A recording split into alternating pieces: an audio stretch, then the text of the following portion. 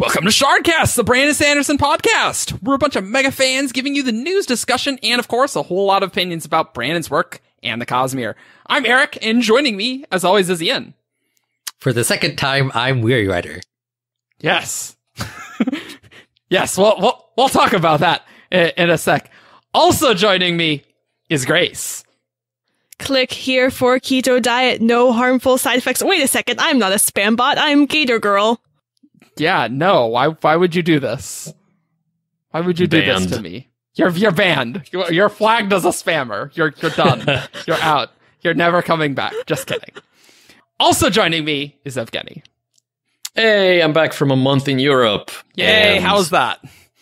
It was great. It was great. I heard you guys tried to do this episode, and you had an inferior accent on the podcast. So technically, we succeeded in the episode. Well, yeah. So the Ghost Bloods didn't want this podcast to go out originally. So what happened was a myriad of new and exciting audio issues that I've never encountered before, ever. So, where I was, like, desyncing with the Skype call, it was weird. And we had Ben on the show, and now he's on his honeymoon, so, we replaced him with Evgeni. So, hi. I'm sorry for the downgrade. And I admit, Grace, your spam bot thing was funnier when I didn't know it was coming. Yeah, probably would have been. Yeah. But thankfully, my memory is very poor, so I don't actually remember what we talked about on this podcast in particular. Because today, guys, we're going to be talking about Words of Brandon from a recent signing in Idaho Falls, where Brandon... Less recent than it used to be. Oh, yeah. Look, the podcast is coming out a week later than it was... It's fine. It's fine. Okay, it's fine. Wait, I didn't introduce myself. I'm Argent. Oh, okay. And I'm Chaos. Great, cool. If you can't recognize Argent's voice by now, you have failed. We could have new listeners. New to the for all of the new listeners. Yeah, could be new. New listeners, I assure you, Ian doesn't hate you personally. He hates you collectively. Yeah. Well, when I grab the shard of odium, then I will hate you. But I haven't had that yet, and so I love you guys. So don't worry. Yeah, so we're going to talk about Words of Brandon from this Idaho Falls signing, and which was actually in Iona, Idaho, but that's still in Idaho. It's near Idaho Falls, so whatever. And Brandon had a lot to say, and we're going to go through that. And fortunately, I don't remember what we said before, so it'll be brand new for me, at least. And I never said anything in the first place, so... Great. You've never said any words before this podcast. I haven't, that's true. No, that's true. Yes. That's true. Coming off an oath of silence. Ooh. Yep. And so we have a little bit of news. Yes. So, if you remember last week's episode where we were talking about the Call to Adventure Kickstarter, it's a card game about building a hero, picking cards, and making the best hero you can. Next year, they're going to be coming out with a Stormlight expansion for that, which will be direct to retail. There will not be a Kickstarter for that. But this past Sunday, the Brotherwise Games, the people making the game, posted a thread on the Stormlight Archive subreddit asking for suggestions on scenes from the book that we would like to see depicted in the art. So, if you have any ideas, go tell them. Give them your ideas. And this will actually come out on Thursday, so it will not actually be too ridiculously late. So yeah, probably. Yeah. Unless they're gathering ideas for like a couple of days only or something, because I think the thread is very popular right now. It is. So, let us talk. We should get into the immediate big thing that happened in this Idaho Falls signing. Brian had so much to say, and well, let me just read this first quote for you, because this is interesting. And so Valhalla asks, so you talked about a weapon made by the enemies of Adonalsium, and you said it doesn't exist in its original form. Do any remnants of it still exist in the physical realm? Brandon, yes. Valhalla, have we seen any of those remnants on screen? Brandon says, Raffo, in current continuity, and people would know this, Hoid's immortality comes from this. People who have read Dragonsteel know that. Now, Eric, as the one person here who has read Dragonsteel, I don't know what you're talking about. Is this the case? This is news to me. It's news to me. And I read this quote, and I'm like, wait, what? So I don't think I could go into details about these things, but news to me. That part, it was in my recollection, it was never clear how that was how Hoid's immortality came into being. And it's Dragons, if you ever happen to get Dragonsteel Prime, you are not going to get what you think you want to get. You're not going to get that. Just like what you want to get, right? Is like, oh yeah, this is the backstory on Hoid and shards and stuff. But then it's not. It's different than what you are expecting it to be, and does not make sense with what we know. What the Cosmere is, in some respects. You'll as you can see in the Dragonsteel sample chapters that were posted, that was on the Bridge 4 sequence, there is, physical, cognitive, spiritual realm, and that's very important, and that's similar. But if you're looking for shard details, you won't. I don't know. I don't really know what's going on there. So, it's not like Adonalsium is mentioned in that book at all. So, I don't know how this could be. But, this is really esoteric. And so maybe we should talk about this Adonalsium's opposition and this weapon, because this is extremely subtle. Yeah. So this goes back to a question from Clayton Phillips, who asked, before Adonalsium shattered, was it consciously opposed by something, be it people or another cosmic force? Is whatever opposed it still around? Brandon, yes. Yes. Then, of course, you'll notice that Clayton's question is very vaguely stated. I, of course, immediately assume that this is some magical force, which is not probably the case. But I asked Brandon to write in a book of mine something about that opposing force, and Brandon said that there was a weapon created by the opposition of Adonalsium. And then I later asked if Odium was aware of that weapon, and Brandon said yes. So that's pretty exciting. Yes. And then the user Imriel 452 asked for information on the current status of the weapon, and Brandon replied, the weapon was expended and no longer exists in its original form. Yeah. So that's... Yeah. So that's what we knew. But then I asked another question, and Brandon basically said that we're focusing too much on this idea of an anti-Adonalsium. And Brandon said he actually remembered the original question. And the original question was asked is there a force that is opposed to Adonalsium, and left a lot of wiggle room, which is true. And so Brandon says, well, is there like a devil? I don't know. He was being, very vague about it, that it could just be a group of people. Yeah.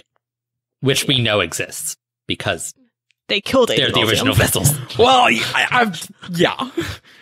that is true. So that has a lot of wiggle room.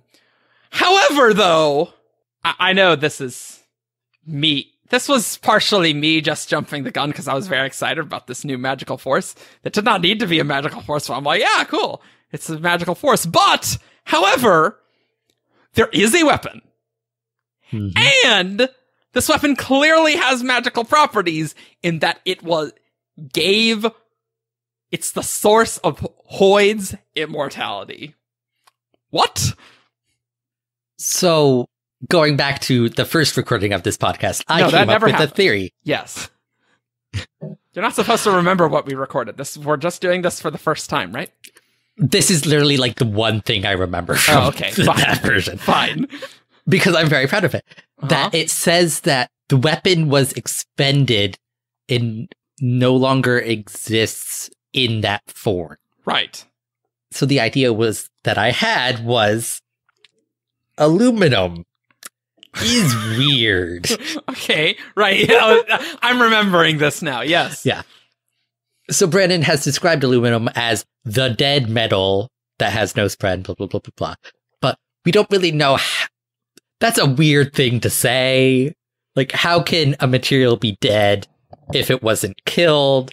Oh, snap. So, what if you guys can't aluminum was... Go on. Ian. Okay.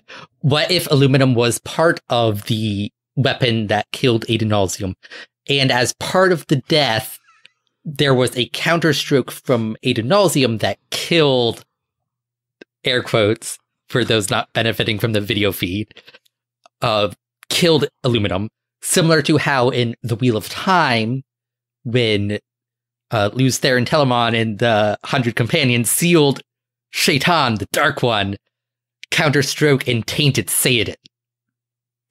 You guys can't see on the video podcast will be coming that Evgeni looks positively just like, what the storms just happened. So not only did you smoke something the first time this episode was recorded, but you had enough left over to finish it this time.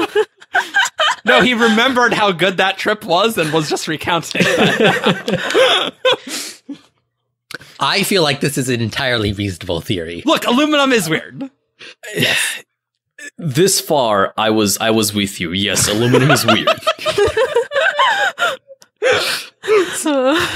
That's true. So I would be interested to see someone ask Brandon if aluminum's anti-investiture properties, if it had those properties before Adonalsium was shattered. That's a good question. Right. So where I thought you were going to take this is an actual, somewhat popular theory of some kind of aluminum bomb. The aluminum as the weapon. bomb. Yeah. Oh, yeah. That's reasonable. So some material, either aluminum or a proto pre-shattering aluminum, was used to create a magical weapon that, in the process of destroying and shattering Adonalsium, also shattered. And that's where we get the multiple references for metal falling from the skies that is implied to be aluminum in at least a couple of books so far. But how would that make Hoid immortal? I have no idea. Aluminum could definitely be relevant. I just don't understand how we get to that part. Yeah.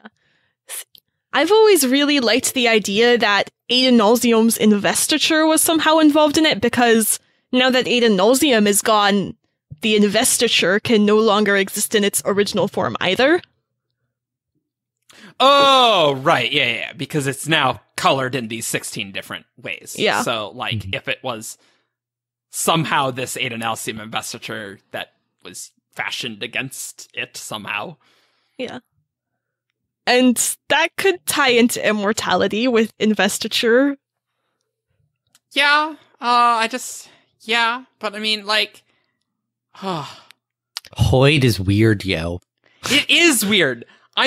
To be perfectly honest, I'm more confused because I have read Dragonsteel. I'm legitimately more confused. I don't think if you read Dragonsteel, you'll be like, yeah, I understand what's going on. Granted, it's been a while since I've read it. But. Yeah, I think this is an example of Brendan thinking something is more clear than it actually is. Yeah, he's done that a few times. You'll know all about void binding by the end of book 3. You'll know all about not void binding. No, he's always said that he's going to be cagey with that. The black spheres are what but you Gavilar's think they are. black balls are black spheres. Yeah. You'll know what the black sphere is by the end of book 3. It's what you think it is. Yeah. Oh, great. Thanks. Search your feelings. Great. So I don't really understand this here really at all. Although I do it is much more sensible than what I initially thought of a legit magical force, right? That's what I immediately assumed. He has not yet said it isn't that. But that doesn't mean anything. He's been very like, it could just be people. Like would Brandon troll me in particular when I'm asking about shards and magical things? Absolutely. Listeners, I would just like to recount a story from 2013 where I asked Brandon, because there was a theory going around that there were maybe 4 shards on Roshar, right? And I'm like, how many shards have invested themselves on Roshar? And Brandon said technically all of them had. So he definitely has trolled me for a long time. I think I asked him a follow-up, and he also said the same thing to continue to troll me. So if you think about, oh, hey, there was a weapon created by the opposition of Adonalsium, if that's just the group of vessels, yeah, they probably made a weapon to kill Adonalsium, right? And would Odium know about the weapon? Yes, because he was a vessel. Like, yes. Okay, yeah, that probably makes a little more sense than a separate magical force. But also, Brandon has also said that, which question was it? That, what's the strongest being in the Cosmere? And he's like, yeah, probably Harmony. That's like, of, having the most stuff. Yeah. Sure. Wouldn't really have necessarily the will to use them, but, of most power, right? It's Harmony. And so there isn't, like, anti-Adonalsium stuff, out there. I mean, maybe there could still have been some force. So it could fit a kind of narrative where pre-shattering there was a force, whether it was an anti-Adonalsium, whether it was just a malicious being or group of beings. Traditionally, demons and the like tend to be imprisoned a lot. That's kind of the thing demons do. Yeah, because you can't kill him. You got to imprison him. That's right. Yeah. That's been in like every story ever, yes. So I'm confident that Brandon could play on that narrative and have a being or set of beings work with the vessels to help them create a weapon like that. So quote unquote, the force opposing Adonalsium could have been vessels and more. I don't like that. I'm not a fan of that. But it's a possibility so far. I mean, we don't really know what this Fane life is at all. No idea, really. And we don't know how complicated things were pre-shattering, right? Like, we don't know what those rules were and how things changed. And Dragonsteel Prime does not give you those answers, by the way. Just really. So yeah, I mean, yeah, it totally could. That there are some various magical beings helping, but who knows? But I think it is pretty clear that there's not like Adonalsium and evil Adonalsium, and there's this evil Adonalsium. Yeah, anti-Adonalsium. Like there's not this like super shard anti-Adonalsium moving around that's super powerful. I do not think that is where this is going at all. At least not in the Cosmere. Hey. Right, in the neighboring galaxy. Yeah. With Calamity. Yeah. Right. Yeah. The anti-Adonalsium was Calamity. There you go. There you go. If you don't know that this is a meme where people ask if Reckoners is in the Cosmere, the answer to that is no. But we are making a joke that it. Or if the Cosmere is in Reckoners. Yeah. Right. Yes. Right. Moving on. Well, to a different word of Brandon. Hold up. Before we move on, okay. Let's spitball a little bit more because there's okay. one of my favorite half meaningless and obscene quotes by Hoid from Words of Radiance. Self describes him as spiritually blind. Yes, that's true. Mm-hmm. Which I always love to talk about because could it mean nothing? Yeah, absolutely. Hoid talks a lot. That's true. Yes, he does talk a lot. That's true. I was trying to remember the scene from The Way of Kings where he throws nonsense words, and I was going to Gibletesh. Yeah, sure. Figgledy-Grack, Balderdash. Yeah. But he talks a lot of nonsense, and that could be it, or it could be that spiritually blind could have implications for or from the spiritual realm. Mm-hmm. Because Hoid himself is weird, yes, but also weird in very specific ways. Yes. He seems unable to harm people, unless physically, at least. They're Kelsier. Yeah. Physically. They're already dead, that's no problem.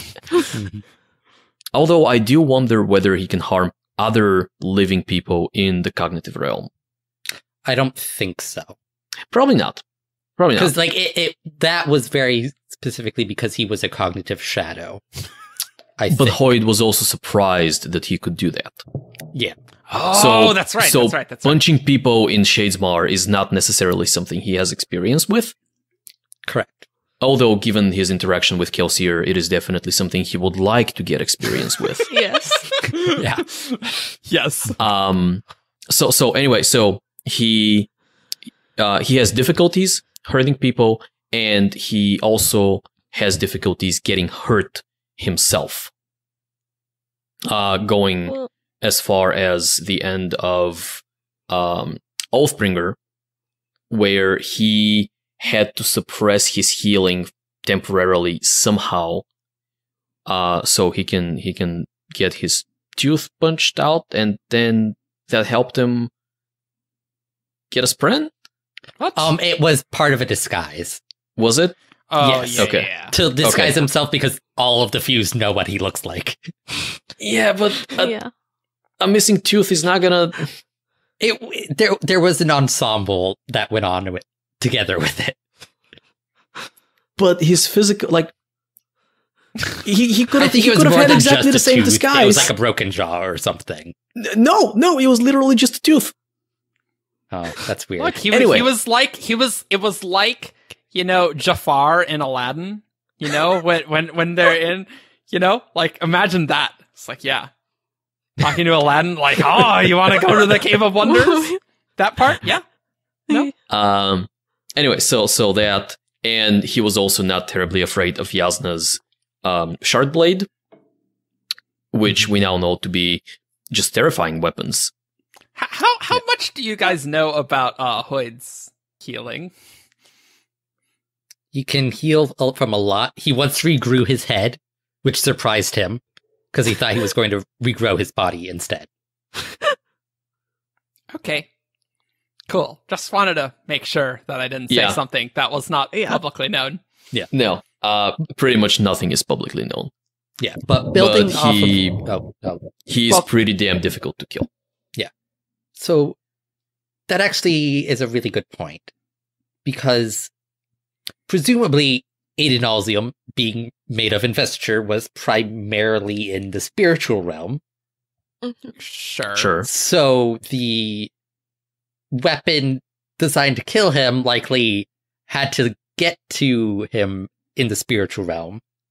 Fair. So if there was like shrapnel, so to speak, it could have hit Hoid's spiritual aspect. okay, all right. I'm like, that's where we're going with this. Okay. Yeah, and so it could have damaged his spiritual aspect in some ways. That makes it hard for him to hurt other people, stuff like that. I thought you were gonna go with somebody had to bring the weapon to the spiritual realm. That would be kind of crazy. It would be, yeah, absolutely. Would the realms even be different pre-shattering? Who knows?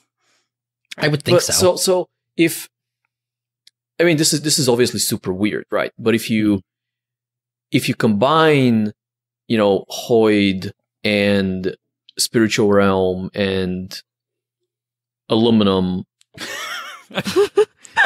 yeah.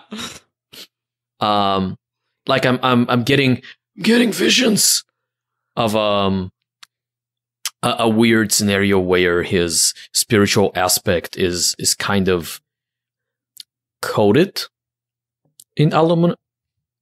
I was going to say aluminium. Aluminum. I don't know about this aluminum part of this story, but like the aluminum coating, like spiritual aluminum coating. Ah, yes, of course. That's my favorite. That's my favorite spiritual coating. This is my spiritual aluminum. It's like mud baths, but for the soul. Yeah, but you're saying that would like protect his spiritual aspect and also prevent him from other things, I guess. Protect or fix in place, maybe. Going back to the whole blindness thing, right?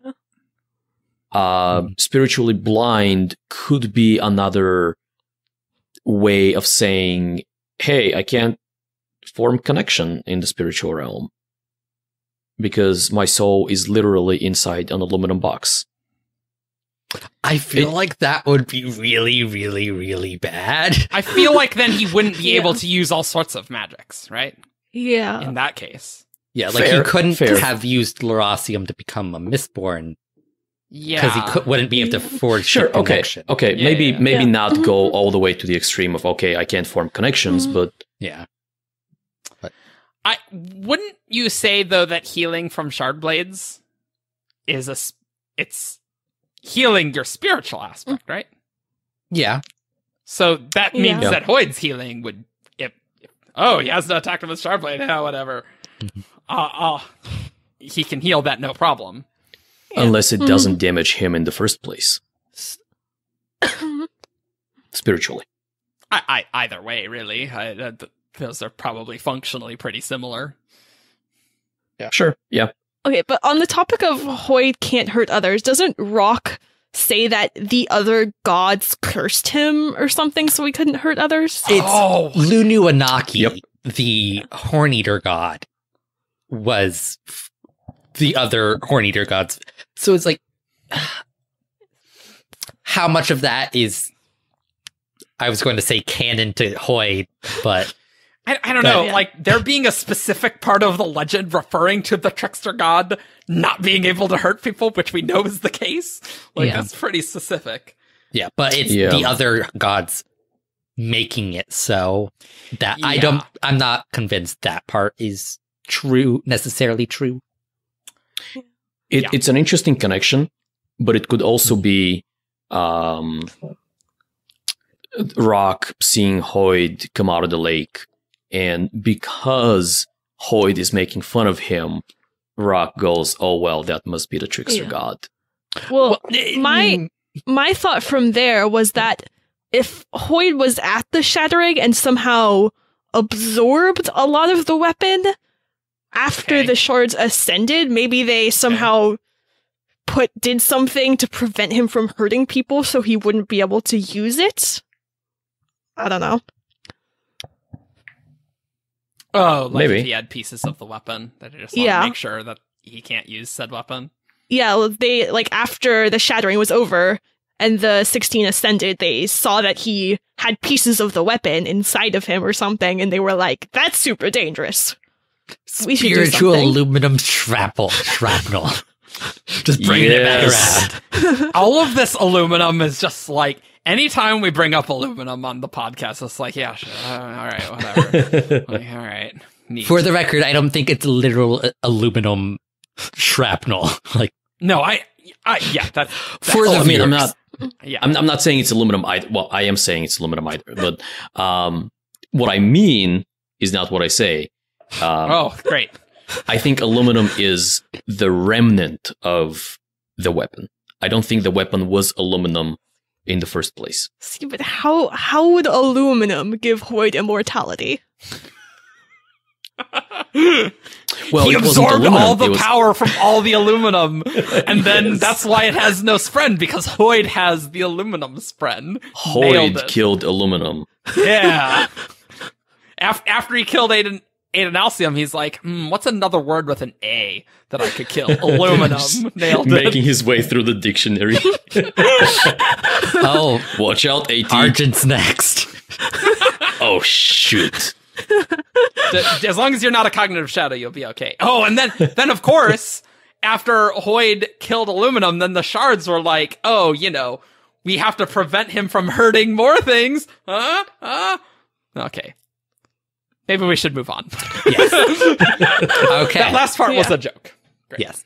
So, new word of Brandon to discuss. Questioner asked, would a Windrunner's investiture be able to be used in space? And Brandon says, yes, it would be, very handy. Pressure, gravity. If you want to go to space and you're bringing an Order of Knights Radiant, Windrunner is the best choice. Yes. And Great.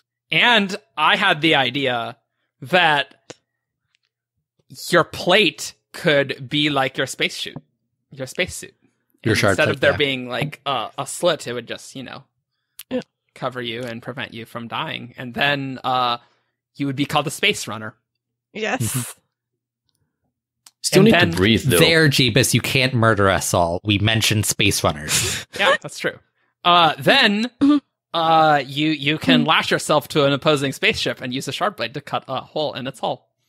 That sounds fun. Sounds good. Sounds cool. And then you just have the else callers inside, frantically trying to soul cast air and repair the hole as quickly as possible so no one dies. Yeah. Era 4 could get real weird, guys. I wonder how gravitation would work in space. I guess it wouldn't be any different, right? Because Yeah. It wouldn't be any different. Because you're creating gravity, right? So yeah. On the planet, you're not when you lash yourself, let's say upwards. Yeah. There was an explanation in Oathbringer that got a little technical, but it's not that your normal gravitational vector exists and you add an additional one. It's that you are diminishing the one that exists right now and you are adding a new one. Yeah. That's right. Essentially. Yeah, you're revoking existing gravitational constraints and adding a new one. Oh man. Yeah, and because you're adding a new one, then space is fine, right? Because the other option would have been if you were redirecting the existing one, then in space its magnitude is minimal. Yeah. But this would work totally fine in Interstellar. Just imagine a black hole sucking in a spaceship and then a bunch of windrunners trying to frantically use lashings to get them away. This is getting me really excited for sci-fi era Cosner stuff, because for Stormlight Era 2. How could we contain so much awesome of science fiction into just 3 books in the final Mistborn trilogy? Because I want to see a lot of books like this, to be honest. Yeah, but you're right. Yeah, I don't know. And we still have Sleepless to work with in that series. Yeah. Mm-hmm. Yeah. Ansibles. And you'll have FTL. Man, it'll be ridiculous. Yeah. It's crazy. Cool. Right. So next one. So Darius asked, I was just wondering if the metal used to make a fabrial matters, if it's inaudible or something. Brandon replied, repeating, does the metal used to make a fabrial matter? A little bit. Not as much as things like this do on Scadrial, but there is some influence there. We'll get into those rules eventually.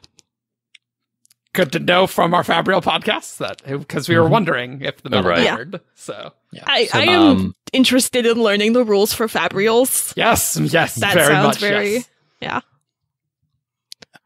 I think that may be a question from my own list. So if you are listening now and if you took this question from me, thank you for asking it. If you came up with it on your own, he is not thanking you. In that case, I'm thanking you. I think it's cool. I don't know why. I mean, I guess the influence is that all solid investiture is metal, right? Yeah. Ish. I mean, yeah. ish, That's yes. its natural state, right? That, there's god metals. It's not like a Scadrial specific thing, and so metal's kind of important for the Cosmere. Yeah, that's fair. There may be some kind of a weird, like, instead of electromagnetic conductivity, you would have, investiture. Yeah. Connectivity. Yeah. Oh, yeah. I feel like that's pretty common in magic things, that, like, metal can conduct magic. Depending on the metal, Stuff. like iron usually is resistant to it, whereas precious metals like gold and silver are better at it. Yeah, right. That's a really common trope. Yeah. Aluminum doesn't conduct investiture at all. Easy, nailed it. That's why it's dead. Welcome to Aluminum Cast, where we talk about all aluminum-related aluminum. Great. Pull up your periodic table of elements and follow along. Oh, if this is a video podcast, we'd get on our aluminum foil hats. Hey. Okay, moving on. Yeah. Such a great addition to Era 2. Tinfoil hats. Yeah, it's true. It is true, though. And they do exactly what you need them to do. Yeah. We then have another question that we don't know, but Brandon repeats it, and it sounds like, why do the Shin look different to the Rosharan significant, maybe, face? But why do the Shin look different on the Roshar, right? Yeah. Because everyone else has the Epicanthic, yeah. Fold. Yeah. Yeah. The slanted eyes, the darker skin, stuff like that. Right. Yeah. Well, not necessarily skin color. It's mostly The skin color varies. Yeah. But pretty much everyone else is at least tanned. Is that always true? It's not uniform. Like, Yeah, there's yeah, a It's range not of uniform. colors. Yes. But sure. they shouldn't look different. They should look different. Yeah. And Brandon then goes on to respond saying, because the Shin have spent a long time being very xenophobic, they haven't intermixed very much. When the original event, that is the migration of Ashen, I assume, happened, that I'm not going to say because of spoiler. Oh, I just said it. Different people settled in different places, and the Shin in particular just have been very xenophobic. So when the Shin conquered Roshar, there probably wasn't a lot of They settling invaded. and invaded Roshar. There probably wasn't a lot of settling and intermixing of the races between them and others.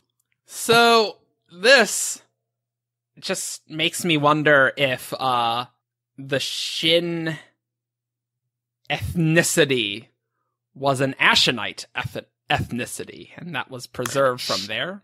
Well, It would almost have to be, wouldn't it? I don't think they were called the Shin on Ashen because everyone was Ashen. Yeah, Sure, but like whatever. their physical features, not their culture. Maybe. But because Maybe. I feel like there's Shin just is an not. Ashen. Yeah. That I do remember that from the first time I recorded this. Shin It Ashen. blew his mind. That's true. Yeah. Now I'm just like, No, But- it was all three of us. It was Ian who said it, and me, Eric, and Shin Ben just all Ashen. simultaneously Whoa. went, "What?" Oh, yeah. Which you don't get that great moment. Yeah, here. I've wondered about the Shin myself. I thought they may have been another wave of migration. Obviously, this suggests otherwise. But they've always seemed isolated from the other races on Roshar. Yeah, like I'm just wondering, It just Or alternatively, instead of them resembling the original Ashenites closely, it could be that the effectively interbreeding within that population led to specific traits such as the wider eyes being selected for more often. Yeah. Well, I'm not saying that all the Ashenites look like Shin. I'm just saying that the people who migrated from Ashen were not homogenous, and the Shin could be one of those subsets of those, right? The important part is that since they've been on Roshar, the Shin have been very isolated. So it's like all of the other races have like epicanthic foals because there has been interbreeding and all of that. Sure, okay. Not like a ton because there are still distinct sub-races, so to speak, but there's been more than there has been with the Shin. Okay. Yeah, I'm down with that. And I think we can see a little bit of that with Zeth's point of views, where he's very against just even walking on stone, which literally the rest of Roshar does all the time. Yeah, I feel like... Well, that's probably just a throwaway line. Well, not throwaway, but the reference to the original migration to Roshar, where there were probably constraints to the people where either the Shards or the Dawnsingers said, you guys gotta stay here.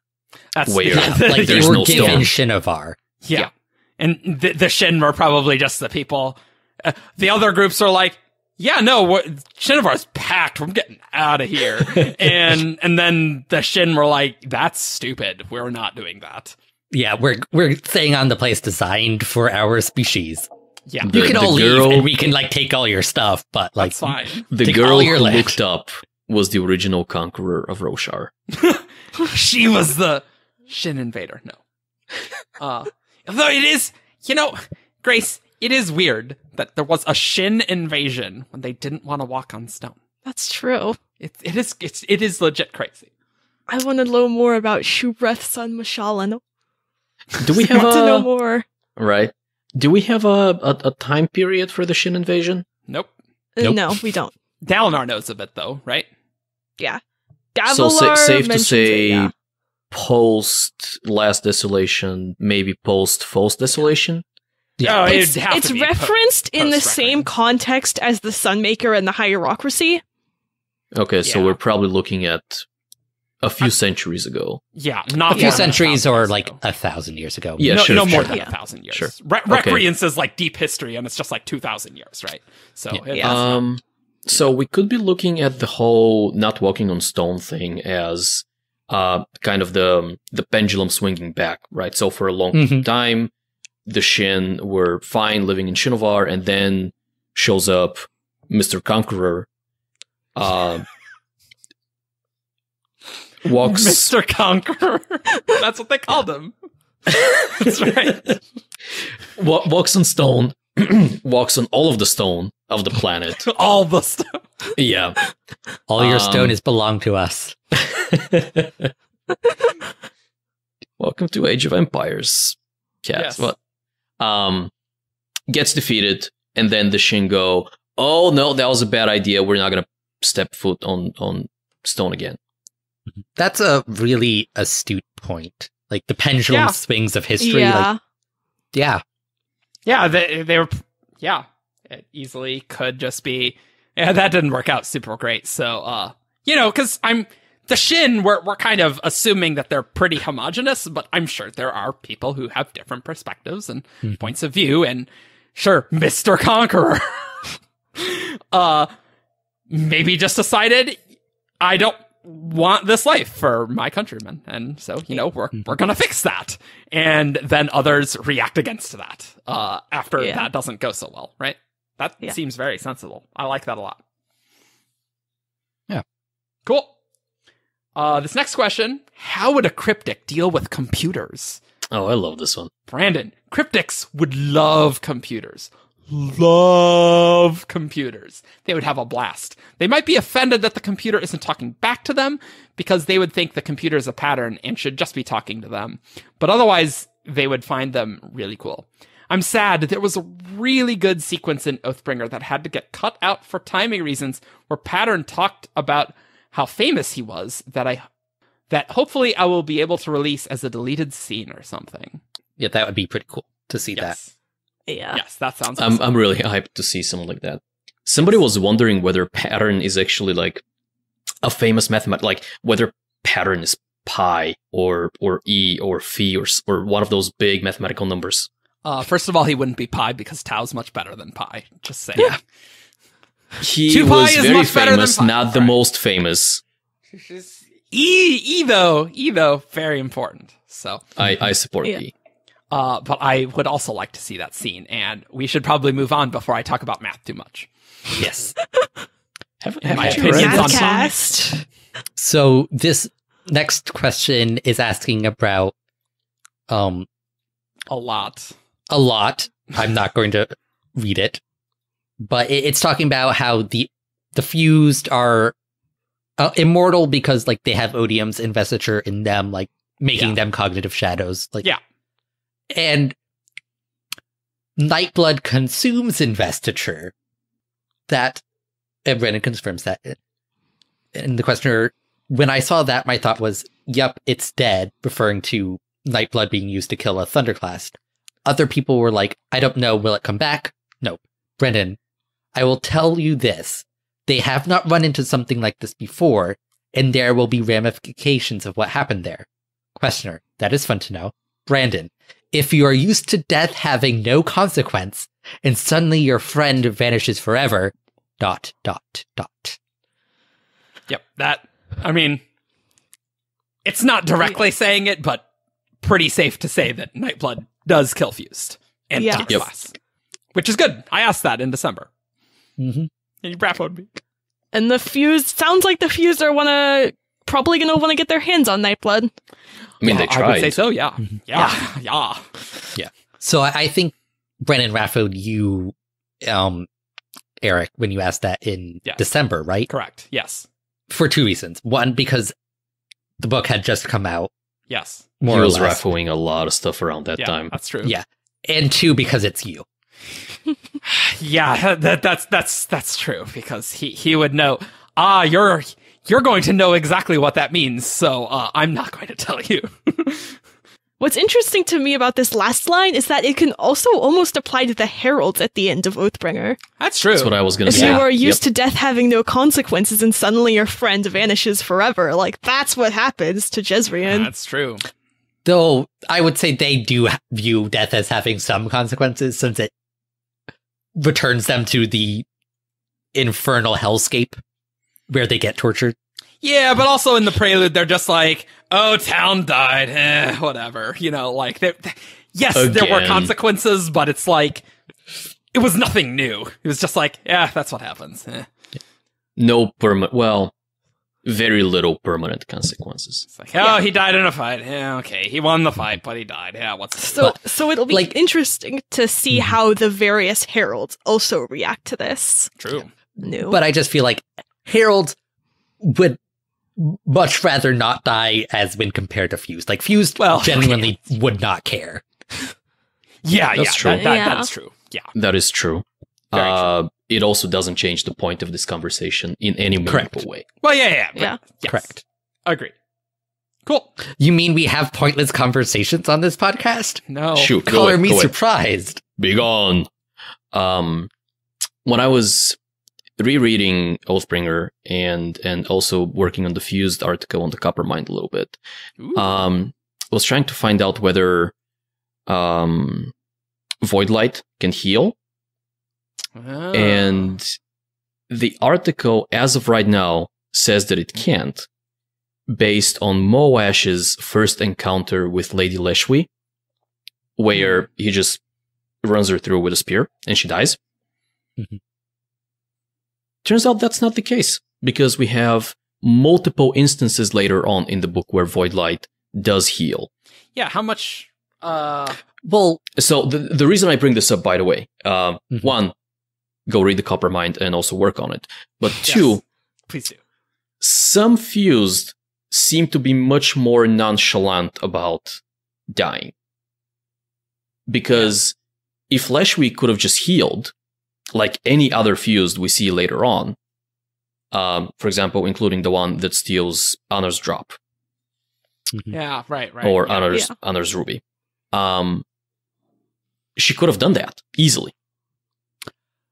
Well, you have to remember that the fused are body snatchers. Like, they don't care about, like, this physical form. It's like, oh yeah, you severed my connection to that one. Oh, I'll just get a new one. Yeah, I feel like they'd more likely need to heal if they are in battle and it is important. Whereas, like, let's say, like, yeah, Moash, you killed that one. Whatever. Doesn't matter at all. But also, did Leshwi even have... Was she using Void Light in that first scene? Yep. Okay. She was levitating. Oh, right. Yeah, right. Yeah. It's, I think, because Moash was using his Shard Blade, right? Nope.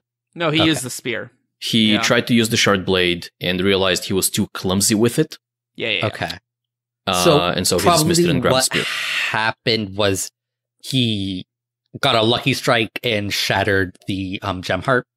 So, insta-death-ish. Instant severing from the physical form. That's possible, but it's not my impression of the scene. I'm probably going to go back and take a look at it just out of curiosity. Yeah. But I don't think that was the case. I think Leshwi was just like, well, okay, I'll get a new one.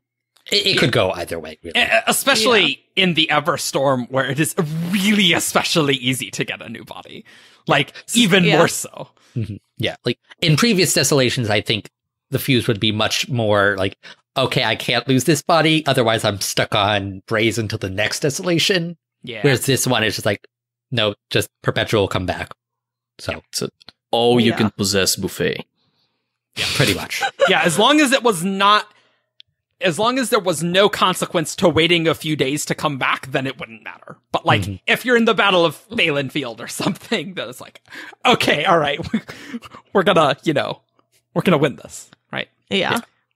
Cool. All right, so the next one. This questioner asked, are half shards made with radiant spren? Oh. Brandon. Raffo, good question. Now, just, if you have not gone through Arcanum, Brandon says good question about a lot of questions. A lot of questions. Even the ones that are not strictly speaking good. Correct. Great. I'm glad you said that and not me. So this doesn't really mean yes or no. This doesn't really mean anything, really. But if you remember... It means he's not going to tell us at this point in time. But you will remember on the Half Shards podcast that we did, Matt said that if Brandon raffoed if Half Shards had Radiance Bren, Matt was saying, if it's raffoed, then it's not obvious. And my whole point is that I thought it was obvious from this Teravangian scene that it was Radiance Bren. And so if Brandon raffos it, then it's not obvious, then I guess I'm wrong. That's what Matt said on that episode. That's some next level meta analysis. That's what he said. I am recounting what he said. And Brandon raffoed it. So there you go. No comment. We don't need to get into that discussion again. Yeah. If you want to listen to more about half shards than you ever wanted to hear, let's go to that half shard episode, and you will hear way too much about half shard spread. Unless you want to hear me talk, then you're not. Oh yeah, you won't hear a lot of that. Great. Sorry. We follow up with a very brief question that ends up with Brandon essentially saying, well, literally saying that Dalinar is not Honor currently. Emphasis, I believe, Brandon's. Yeah. So we'll see what's going on with the Unity chapter. Yep. He's not a shard until his body vaporizes. That's right. That's my line. You're not a shard until that happens. I still really like my he ascended to a part of honor, like the part of honor associated with bondsmiths. Like, and he has to like learn how to be a member of every order, going back to Wheel of Time and Egwene all there. So this next question is another kind of long question, kind of about color in gemstones and how the color in gemstones are important, and how, you know, color is also important in Warbreaker. And Brandon was saying how, well, you know, the gems are molecularly pretty similar. So he said that eventually the color had to be the distinguishing factor on them. And this is perhaps the most interesting part. But I already had this color as part of the Cosmere. That color and the way people perceive color and things like that were a part of it. But getting 10 different gemstones that were molecularly different proved to be very difficult and not worth it. If you look, so many of them are basically just the same gemstones with a few impurities. The crystalline structure is the same. Fun fact, rubies and sapphires are the same thing. Just Yes, different they're impurities. both corundum. Corundum! Hate it. Amethyst and smokestone are both quartz, and Heliodor, which is not actually real world Heliodor, it's golden beryl, and emerald are both beryls. And if here's a gem fact for you. This week's episode is sponsored by Gem Facts. But corundum is the second hardest naturally occurring material behind diamond. Cool. Yep. Thanks, Gem Facts. Great, cool. Moving on to the next question. Using hemalurgy, could you steal the boon from the old magic? Brandon. Oh, from the Night Watcher? This is theoretically possible. Questioner. Would that take the defect with it as well? Brandon. Hesitantly. Yes. Though it's also theoretically possible to split them apart, and that would be a lot harder. Getting the boon, if you knew what you were doing, would not be that difficult. Now, what cultivation would do to you when she found out what had happened is another thing entirely, because those are willful grants of investiture. Questioner, similar to endowments with the returned? Brandon, yeah, things like that. When you get a shard involved and the shard has power to, same thing like, it's on a much grander scale than what's happening with the spread bond, right? Questioner, when hemalurgy does spread, most shards will not be happy about this, right? Brandon, yes, that is correct. That is awesome. The line where Brandon says, so first of all, Brandon establishes that these are willful grants of investiture. Part of a shard's decision, capital D. Well, we still have no idea what that means, so... But I mean, probably, yeah. It's direct shardic intervention. Sure. Well, returned are from a shard's decision, capital D. So that's probably exactly what that means. This is not the podcast to discuss that. That's fine. Okay. I disagree with what you just said, but... Okay, whatever. Doesn't matter. Yeah. Great. And then he says that this, speaking either about the returned and the divine breaths or the Night Watcher boons, are similar to Sprand bonds, but on a much grander scale, which is interesting to me. I don't think I don't think it's saying that. It's just saying that this is a much grander scale than the Sprand bond. It's not like saying these are the same thing, only one is more powerful. It's just like, this is just way more powerful than that. That's the impression I'm getting. Yeah, I don't think he's... Because to me, it read like the Night Watcher or cultivation is sometimes actually forming bonds, forming connections maybe with individuals. Maybe forming connections not as a general like Night Radiant type of connection, but well... This thing that you are now doing where you are seeing the world upside down, that's a thing that comes directly from me, actively, all the time. I don't think so. Well... That's not the impression I'm getting from this quote. I didn't get that either, but Me I mean, I neither. would expect there to be... When you go to the Night Watcher, like the Stormfather, you can tell, right? Yeah. Who's been... Like, there is a connection there, but it's not... Yeah. It's not as active as I think you were saying. Yeah.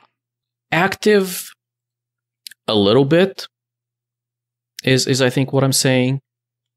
And so the issue the shards would have with something like that is that you are now when you use Hemalurgy, you're grabbing one end of that connection and you're giving it to yourself.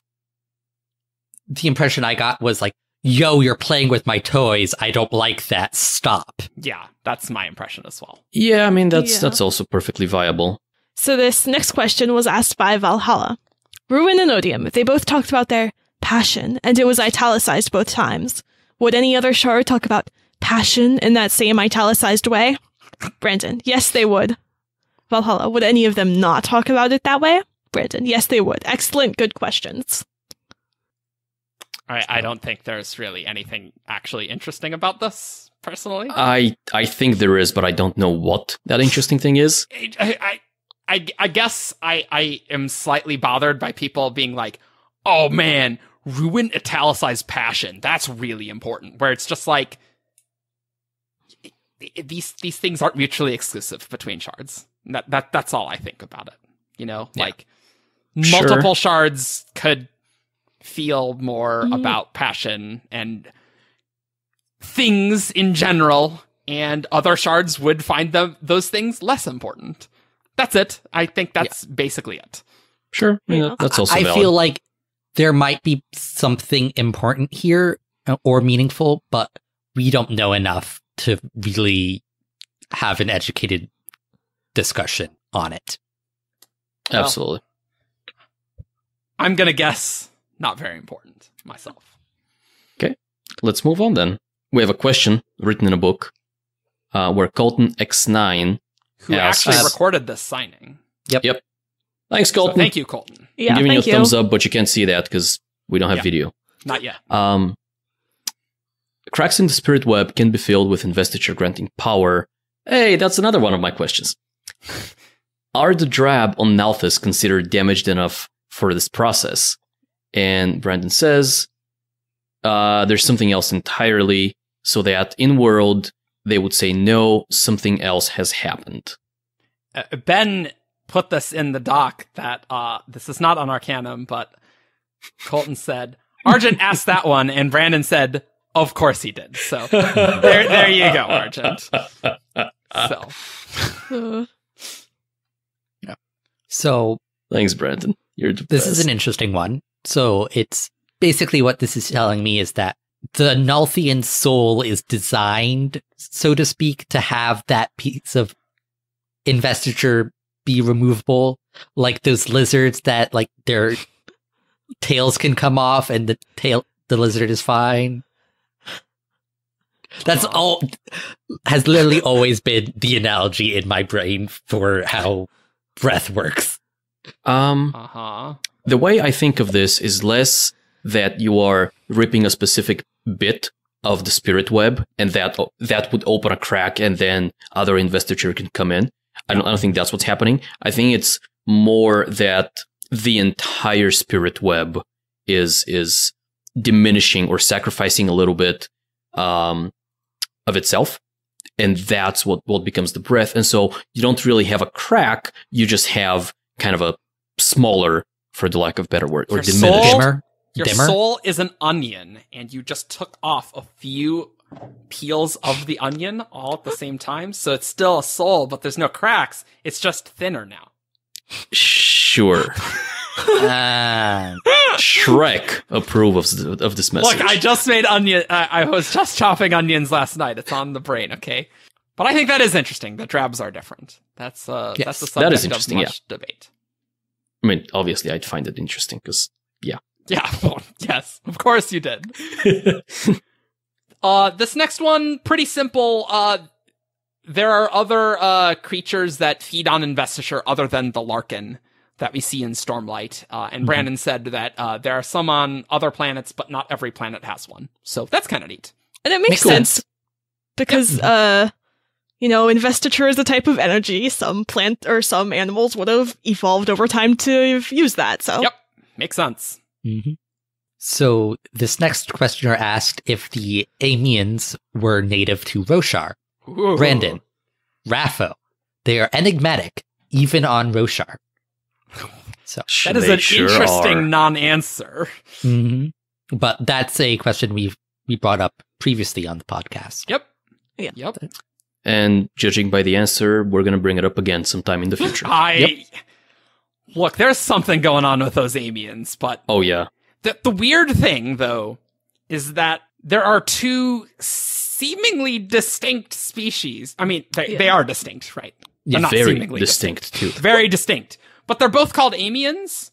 Like, do they have, like... Is it just because those two species separately came to Amia? Or is there, like, some relationship between those two? Like, did they both come... If they came from a place that was not Roshar, did they both come together to Roshar in that same place? Yep. Very interesting what questions. We've seen in modern times, it seems like at least now they have come to have similar-ish cultures and values. Maybe. I think that may be just a product of them being very long-lived. Well, and we also really don't know about their cultures and attitudes. Like, we've met one of each. Yeah. Yeah. It's hard to generalize. Although you could argue that technically we may have met multiple. Okay, yeah, okay. True. We could have met many Hordlings, but that's also not going to tell us what... Well, technically we have met two Sleepless, because we met the one in the Kaza interlude and then Arklo.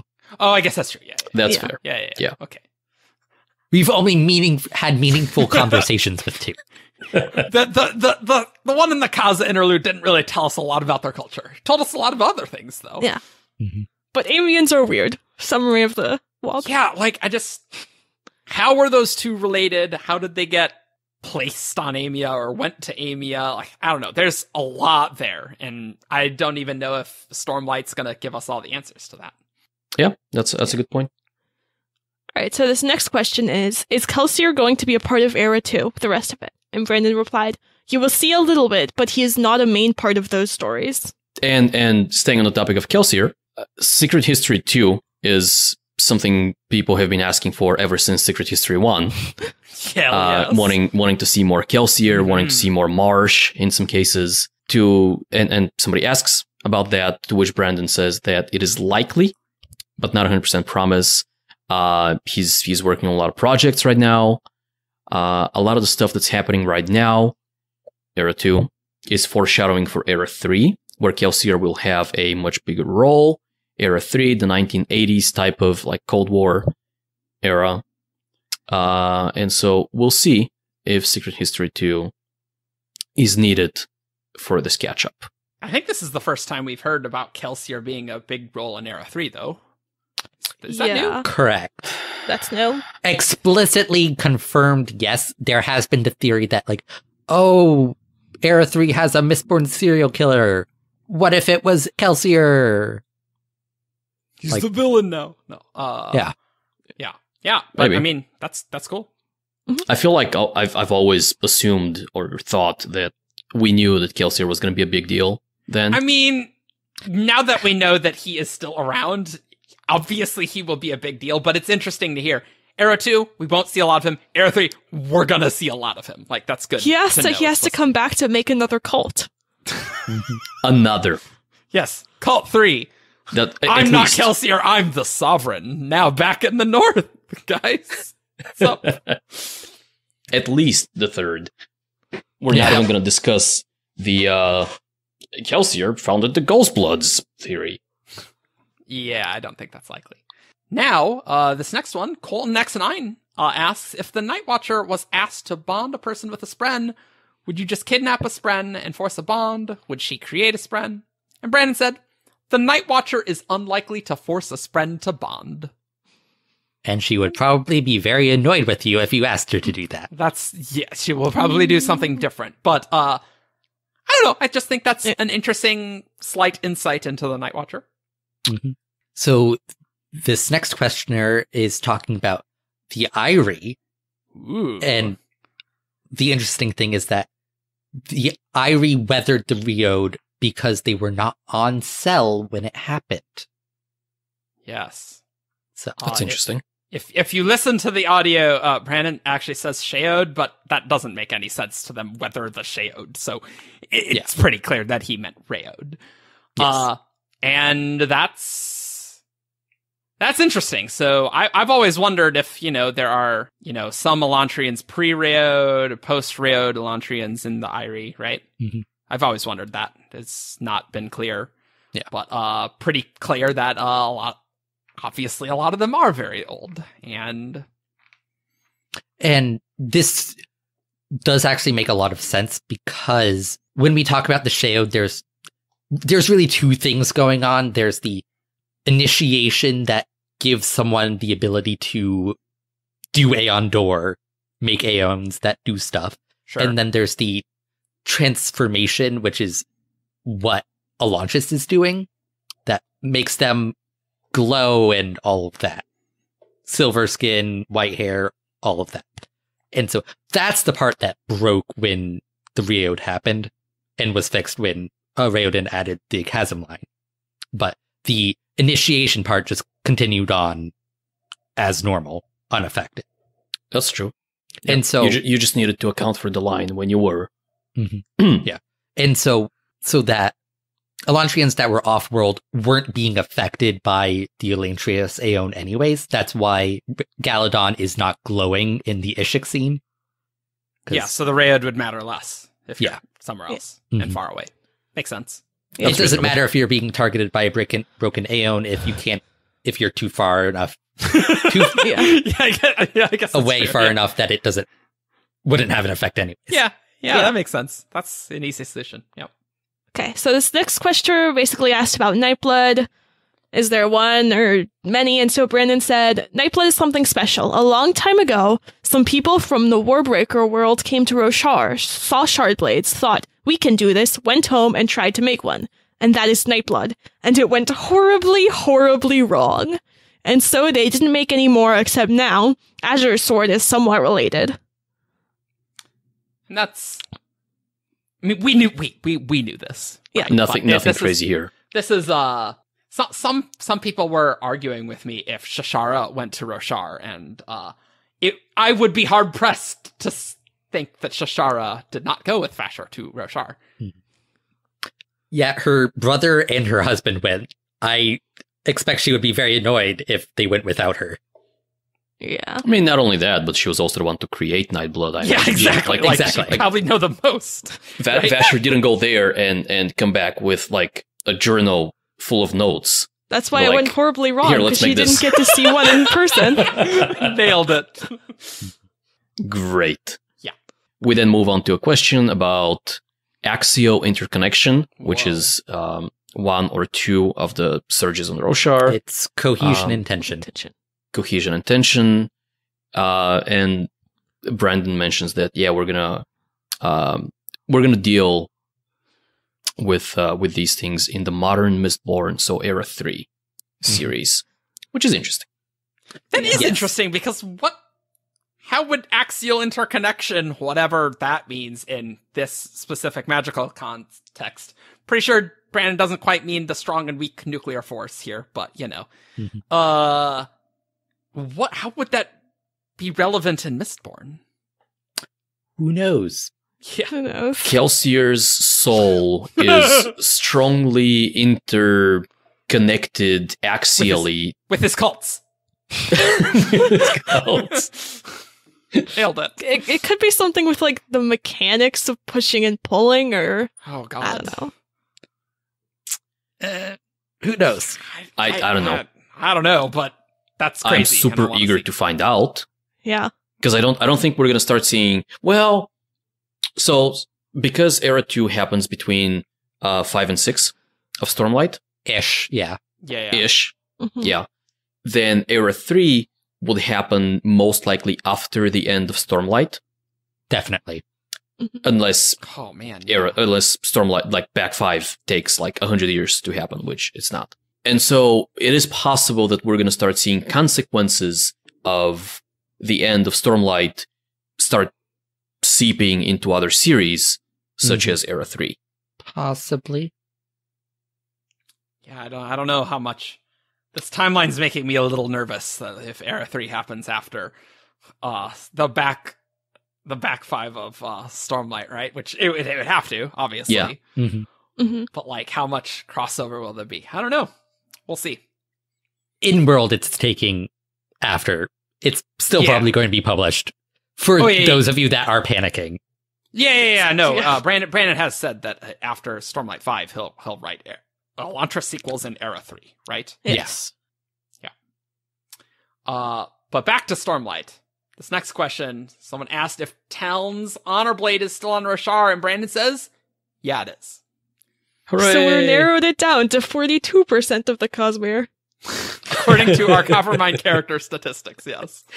Do we think that Honor Blades can be taken away from Roshar? I don't see why they wouldn't be. Yeah. Yeah, I guess they're connected to honor, not to... Yeah, and I mean, it's a spiritual connection anyway, right? So it shouldn't matter. Yeah.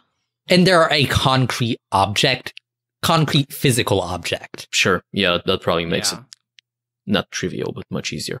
Yeah, rather than being like a sapient being, Yeah, they're not loose investiture, so to speak. We still have absolutely no idea what happened with Talon's Honor Blade. No Correct. clue. No clue, yeah. So another question from Colton X9 about Vivenna's blade has a name. And Brandon Raffo, it's intentionally not mentioned, not an accident. That is very interesting. Of course. That would have gotten pointed out if it was an accident. This is my monthly reminder to tell you guys that Nightblood is not the sword's original name, which still kind of blows my mind. So I just wanted to remind you guys that Nightblood was named that after the battle of after it was used the first time, not its original name. I wonder if naming Nightblood was part of the problem. Well, naming him something in the first place.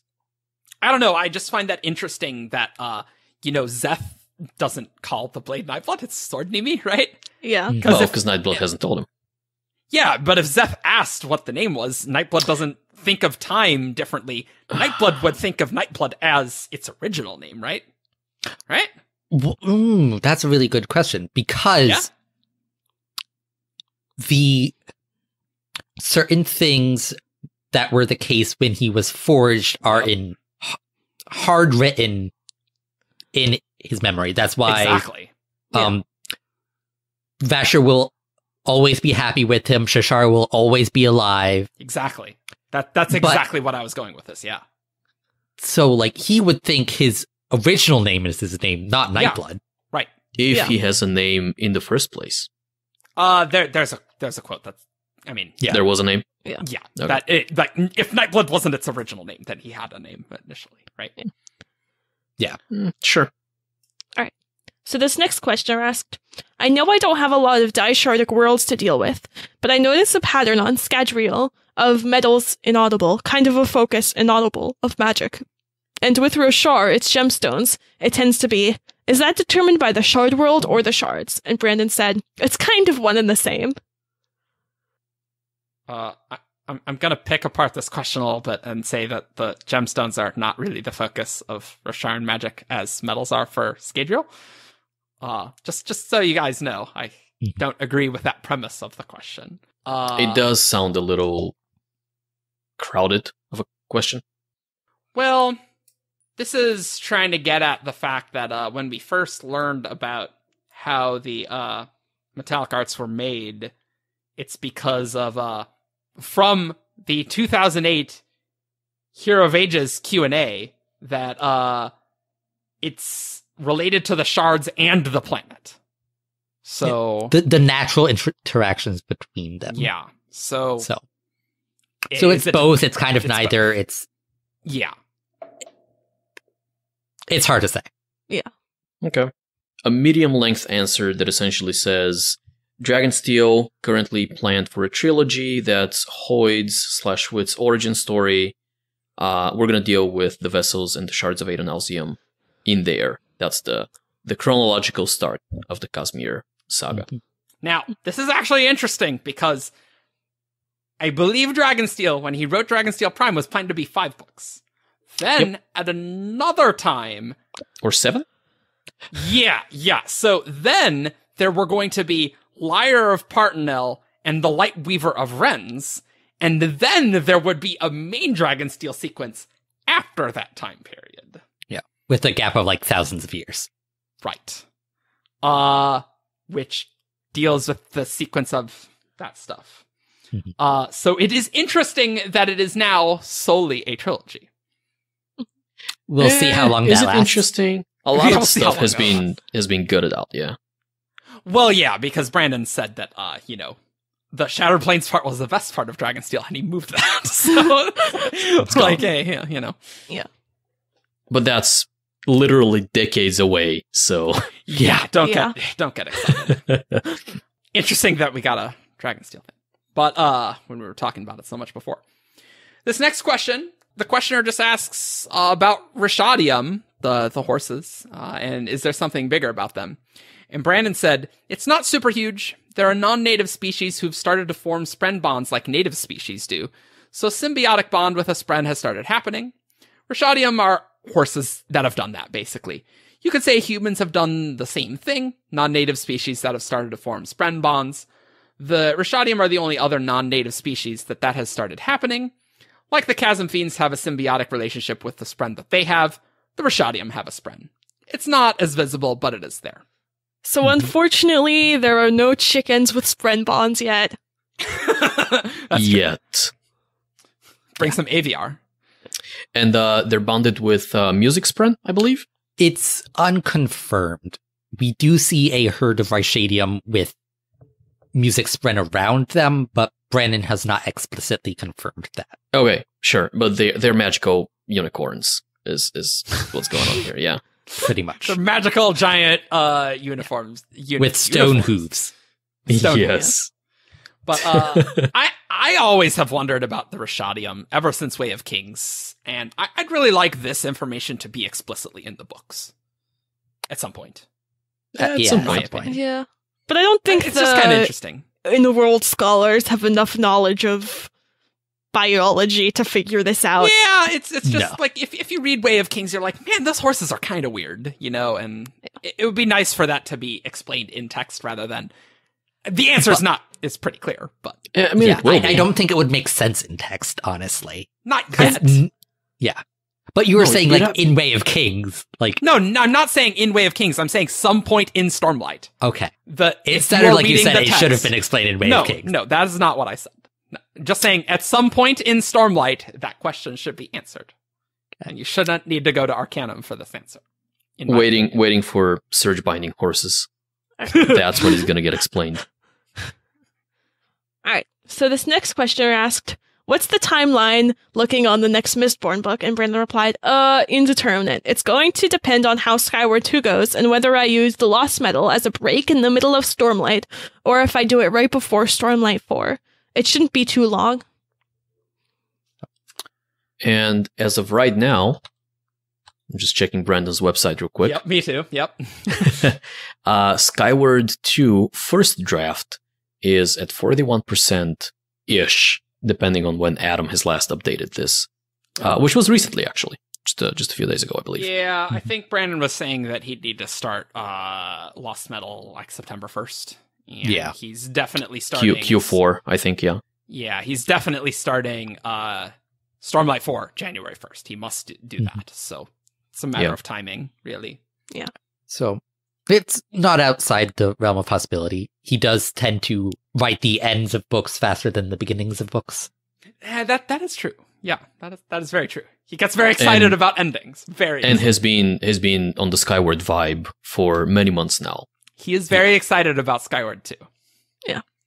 So, in another question about upcoming books, talking about the Atslanian, the sequel to The Arithmetist, Brendan says, I do mean to keep getting to it sooner than I have. It's one of the it's one that's been the most difficult to figure out how to do the sequel. I'm confident. Let me get Alcatraz 6, The World Spire, which it should be done pretty soon here, cleared off my plate. Nice. The last book of that one had significant progress on it lately. Once that's done, I'll look at Rhythmatist, which is the other thing that's been dangling over my head. Cool. I like Brandon doing this. Yeah, I like this trend of finishing up old projects, just getting them done. Mm-hmm. Yeah, clearly, with like Skyward, it's a new thing, and he's like, okay, I'm gonna make a real plan on how to start and finish this in a timely manner. Finish something. Yes. And once again, going back to Roshar, because every question is a question about Roshar, or right. leading to a question about Roshar. Roshar's his most popular world. It's just a fact. A little bit. Somebody asks a question that appears to be a question during the general Q&A, which Brandon usually advocates to be non-spoilery. Yeah. And so the response is going to be dancing around issues. But the question goes as follows. Adolin and his sword that wants to kind of wake up a little bit. Most of the Knights Radiant have some sort of break in their mind, a little mental problem, where Adolin appears to be the person in Stormlight that's most comfortable with himself. Is that going to cause a problem, or is it maybe the fact that he, at least in his mind, murdered Sadeas, going to help bring that to fruition, or give us a way towards something like that? So trying to get towards, hey, Adolin doesn't seem to be broken in the head in any way. What's going on with Maya? And Brandon says, I'm not going to repeat that. Let's try to talk around spoilers. In the Stormlight Archive, there's a tradition among the Knights Radiant that certain traumas and or psychological handicaps are effective in drawing the attention of a Spren. I haven't actually said if that is true or if that's just a tradition of theirs. But there's a tradition among the Knights Radiant that they have noticed something consistent. Does it mean that you have to be like that, presumably, in order to be a Knight Radiant? Well, there's somebody that I would call extremely psychologically well adjusted, and by the end of the third book is well on their way to knighthood. There is something going on here. They are noticing something true, but it might not be as exclusionary as they think it is. Mm-hmm. Now, some people on Discord got very excited about this answer referring to Adolin, and to be honest, hearing that, I don't think that the end of the third book is actually referring to Adolin, though the question was talking about Adolin. Yeah. Brandon taking the opportunity to say, I know what you're asking. Here is another example where something similar is happening. Yeah. It's talking about Lopin, presumably. Yeah, obviously. Yeah. Obviously. Or we obviously think it's talking about Lopin. Yes. Yeah. And Brandon clarified this exchange later because it also got a lot of interest on Reddit as well. Brandon basically said, oh man, it's hard to walk around spoilers, and apparently a woman did gasp about just the casual mentions of Sadeas dying, which is very interesting. Oh, I'm sorry. Oh, that must have sucked. And Brandon said, I'll say that there are multiple people I'd consider well on the path to being Radiants by the end of Book 3, and several of these would, shall we say, dispute Knights' Radiant traditions from the past, specifically on this subject matter. And he said, I wasn't trying to drop any bombs about Adolin, however, as I will remain solidly Raffo territory about this in the future. Later, Brandon talked about, like, mental illness in regards to this, like his mental illness, like... That what is a mental illness to one person is just a part of, to another person, that's just a part of who they are. Right. And Brandon just said, and in that context, I like Adolin being a Raffo. I believe that using the text, there are multiple directions one could go in discussing him. Thanks, Brandon. Love it. The Adolin discussions, always very calm. Yep. And I do mean that sarcastically. But character discussion is very important, but some people do get a little too heated about Adolin, I would say. Mm-hmm. So to round out the podcast, discussing words, another set of future books, those short stories on Threnody and First of the Sun. Will we have full books for these? Brendan, unlikely. Threnody, yes. It's likely that you'll see a Threnody book. That's not a 100% promise, though. A Threnody book would not be about silence or anything. Threnity's been a place I've wanted to do a book about for many years, and there's a group that's important in the Cosmere that it'd be nice to have had a book about. But this comes down to where does my time end up getting spent. Six of the Dusk, it's unlikely. Will we at least get some short fiction about it then? Brandon, that is possible, but no promises. Yes, Threnody book! Yes, I'm pumped! About a Love group Threnody. that's important later in the Cosmere, whatever that means. What does that even mean? Could be as simple as the Shades, honestly.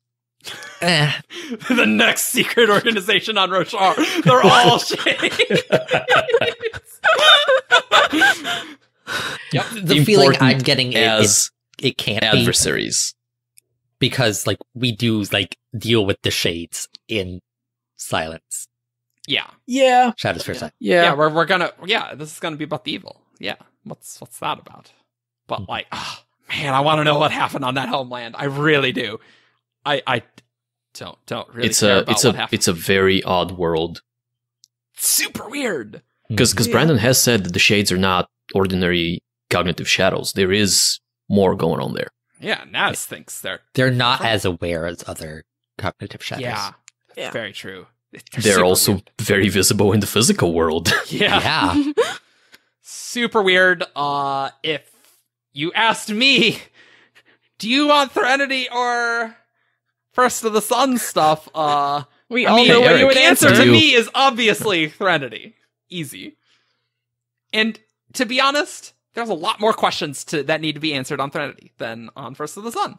Yeah, I'd be happy with another First of the Sun novella, which he has outlined, but I don't think it needs a full novel like Threnody does. Yeah. Threnody could be a full. I do think Six of the Dusk really demands a sequel. I really think it would be stronger as a story if there was a sequel. I just want to know more about Padgy-Man. Yeah. Well, yeah, I mean, all the weird patchy stuff that we learned recently is of great interest. I care much more about Padgy than I do about Sixth. Yes. Yes. Indeed. For sure, yeah. Great. Well, hopefully you enjoyed these words of Brandon quite a lot. That was said here. And, hopefully more about Adonalsium's opposition. So we got a little kind of mini podcast about that in here too. So yeah, you can go on Arcanum and read all of these for yourself. That's right. And you can always, when there's a new signing, you can always help transcribe as well. So hit us up on Discord. For that. So you know what time it is, guys. It's time for Who's That Cosmere Character? Who's that Cosmere character? Okay. So, you send in your emails to who'sthatcosmerecharacter@gmail.com with 5 clues and an answer, and I will read the clues to our contestants, and they guessed one guess per clue on who the character is. And we might make fun of you because of your clues. So this first one was sent in by Supreme King Zeark. So, is he Mr. Conqueror? So this first clue is, this character is a scholar. Jasna. No. Look, sometimes you gotta hit the obvious ones. Wait, right? what did you say? Yastes or Jastes, Ellen's friend. No. Yeah, I think J's are J's on Scattrail. Yeah, the Yasna. Yeah, that's true. Yeah. Tindwill. No.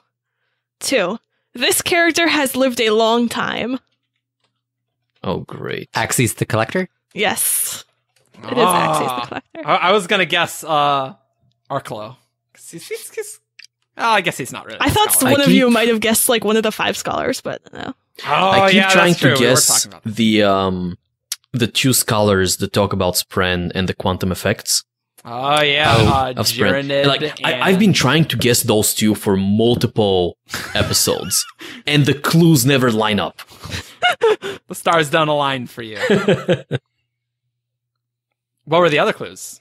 Okay, the other clues were 3 in number. this character lives on Roshar, this character has been to prison, and this character is an Amian. Oh. I do like... I will just say, even though we got that quickly, I do like the structure of that it got very focused and, like... I do like these to actually be answerable rather than 5 very esoteric clues. Yes. Yeah. Also, Vasher would have worked for the first 4. Yeah, I thought you were going. I I thought you guys would get that like second or third, but I thought you were going to guess Vasher first. So yeah. Axis the Collector was on my mind. Well, lucky you. Yeah. Great. all right, this next one was sent in by Seolin on the Shard. Cool. Good Elaine's character name. Clue number 1. This character is described as trying to appear older than his or her age. Hoid? No. Appearing older than their age. Trying to appear. Oh, trying. Oh, man. Oh, I have a good idea.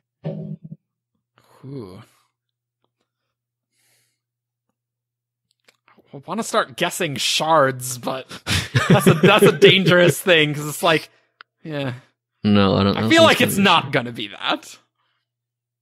Older than they appear. Oh, is this gonna be one of those Court of God things again? I don't think anyone there was trying to appear older. Yeah, that's true. That's true. Like this smells like somebody in disguise, right? Oh, okay, sure, yeah, okay. Yeah, I don't know if I have a guess. I don't have a good list of people. Yeah, I'm not coming up disguise with anything themselves either. to be older than they appear. Do you want me to give you guys the next clue? I do, yeah. Yeah. Okay. Clue 2. This character has been a religious leader for 15 years. Hope Finder. No. Oh. Ah, Okay. 15 years. That's very specific. that is awfully specific. Is it Hrathen? Oh! Wait, no. No. No, it's the guy who was, No, it's the leader of the Karathi church in Elantris. Do you have a name? Wasn't it? It was something very similar to Seolin, wasn't it? I don't know. It started with, it definitely, no, it's Sinalon, I think? Yes. Oh, the the extravagant, flamboyant. the Karathi see? Patriarch. Yeah. Oh, I feel good about that. So, the other clues are, this character's long blonde hair has been described as pretty enough to make a woman jealous. Yep. This character was appointed at a young age to counter the appointment of young men as head of a rival religion, and this character resides in Teod. Yeah. Oh. So I was thinking of the young returned as like a 2-year-old. I think he was the answer to a different Probably. Yeah. Guess. Yeah. But I knew that guy's name started with an S, and it's like, oh man, 15 years? Oh yeah, he did want to like look older. Oh, that was good. You know what my favorite part about this though is that the first time we recorded, we got totally stumped, and no one's ever gonna use that. So sorry. What was the Stumpy character? It was Mrs. Grimes. Yeah. Mrs. Who? Miss Grimes. Exactly. She's a housekeeper in employed by Wax's for Wax, I think. Yeah, it was, Wow. But I mean, no one ever hears this because it doesn't exist anymore. Because it never happened. Yeah, that's right. But I am unfortunately sad, though, because I feel like our original episode was funnier. Probably. You guys missed a part where Ben needed to leave to help his fiance deal with a frog. True story. Battle of frog. That's right. I'm not making that up. There was a frog in his apartment. Also, we got to fit at least 2 Avengers references into that one, which we did not do here. And I don't remember what they were, so I don't know. Sorry. That is sad. Okay, Mr. Sarcastic Pants. Mr. Sarcastic. Wait, no, I was legitimately saddened by the lack of additional references and puns. Can I call you Mr. Sarcastipants anyway, though? I'm confident you have the ability to. All right. Well, with that, guys, find us on 17chart.com for all of your news about Brandon's works, discussion, talk about characters, talk about theories, talk about whatever you want. There's also games and fun. And you can find us on Twitter, Facebook, YouTube, SoundCloud. You can leave us a review on iTunes, and we will see you all next time. Well, we won't literally see you. You'll hear us next time. No. Look, we will see your comments. We will see your comments. Comment below. We love comments. Please do. Do you guys not have cameras in the houses of our listeners? No. Yeah, I spent all my money on this lighting setup that hasn't been used for video podcasts yet. And paying for your various cast members' microphones. I haven't had time to buy cameras to put in everyone's apartments. Microphones bought for you? Some. Rarely. It's like, I paid mine myself. What is this? Well, I was more generous until the costs racked up. And you were spiked later, so there. Anyway, we should say bye now. Yes. Bye. Bye. Bye-bye. Caw.